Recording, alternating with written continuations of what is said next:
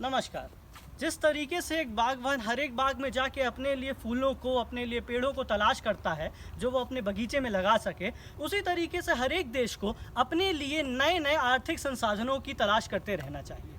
भारत इस आर्थिक मंदी की स्थिति में नए बाज़ारों की तलाश कर रहा है। आइए एक नज़र डालते हैं कि भारत के लिए वो कौन कौन से पोटेंशियल बाज़ार हैं जो हो सकते हैं और भारत की अर्थव्यवस्था को और ज़्यादा सुदृढ़ और मजबूत करेंगे। भारत एक शब्द जो असीम संभावनाओं से भरा हुआ। भारत वो शब्द जिसके लिए अर्थ केवल अर्थ के लिए संसाधन जोड़ना नहीं बल्कि अपितु अपने लोगों के लिए भी अच्छा करना है। आइए जानते हैं कि भारत के लिए वो कौन ऐसे नए नए देश हैं, कॉन्टिनेंट्स हैं जहाँ पे वो अपना अच्छा कर सकता है, अपने लिए बेटरमेंट देख सकता है। सबसे पहला जो हमारे विचार में आता है वो है अफ्रीका। अफ्रीका में आप देखेंगे जिसे अभी भी हम कहें एक अछूता हुआ कॉन्टिनेंट है, वहाँ पे सारे देश नहीं पहुँचे हैं। यूरोप वहाँ से घिन खाता है क्योंकि उन्हें वहाँ पे माइग्रेंट्स की इशू है, लोग वहाँ जा रहे हैं तो उनके प्रति एक नकारात्मक का विचार है। अफ्रीका में दो ही देश है जो दृढ़ता के साथ खड़े हैं, एक है चाइना, दूसरा है भारत। भारत के पास बहुत अच्छा एडवांटेज है चाइना के मुकाबले, वो एडवांटेज है भारत की सॉफ्ट पॉलिसी।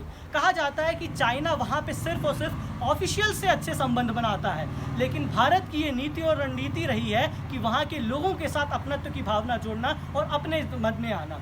कहते हैं वहाँ पे हीरो ने, साथ ही साथ बजाज ने, इन्होंने एक तरीके से ऑटोमोबाइल, टू व्हीलर्स की ऑटोमोबाइल इंडस्ट्री में सस्ती ऑटोमोबाइल लाके कब्जा करके रखा है। तो अफ्रीका के लोग जब ये देखते हैं कि उनके बीच के लोग आते हैं, उनके जैसे लोग आते हैं, क्योंकि भारत में आपको पता है विभिन्नता है, एथनिसिटी बहुत है, तो कहीं ना कहीं एक कॉम्प्लेक्सिटी के साथ में एक अपनत्व की भावना वो देख पाते हैं। लेकिन चाइना के साथ ये बुराई है। कहते हैं अफ्रीका को अगर किसी ने करप्शन करना सिखाया है तो वो चाइना है, तो चाइना के प्रति एकदम नकारात्मक है। इसमें भारत के पास एक एज पॉइंट है, तो भारत को कहीं ना कहीं इस ताकत का इस्तेमाल करना चाहिए अफ्रीका में। दूसरा कॉन्टिनेंट जो भारत के लिए बहुत शानदार है वो है साउथ अमेरिका। साउथ अमेरिका एक ऐसा कॉन्टिनेंट है जो अभी तक कहीं ना कहीं यूएस की छाया में पनपता रहा है। मुनरो डॉक्ट्रिन के बाद से आप देख ना पाएंगे कि कहीं यूएस चाहता है कि उसके कॉन्टिनेंट में, चाहे वो नॉर्थ अमेरिका हो या फिर साउथ अमेरिका हो, वहाँ पे वो दूसरे देशों को उतना आने नहीं देता।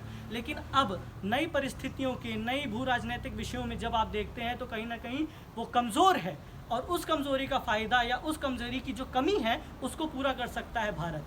हाल ही में जयशंकर साहब गए थे दक्षिण अमेरिका के दौरे पे, वहाँ पे वो अर्जेंटीना देश भी गए। अर्जेंटीना ने कहा है कि वो तेजस में इंटरेस्टेड है, लेकिन भारत के सामने कुछ ऐसी विभिन्न परिस्थितियाँ हैं जहाँ पे क्या वो तेजस देगा कि नहीं देगा, वो एक अलग इशू की बात है, क्योंकि यूनाइटेड किंगडम से कुछ ना कुछ लेन देन या कुछ इशूज़ का कारण है, उसमें हम नहीं जाते।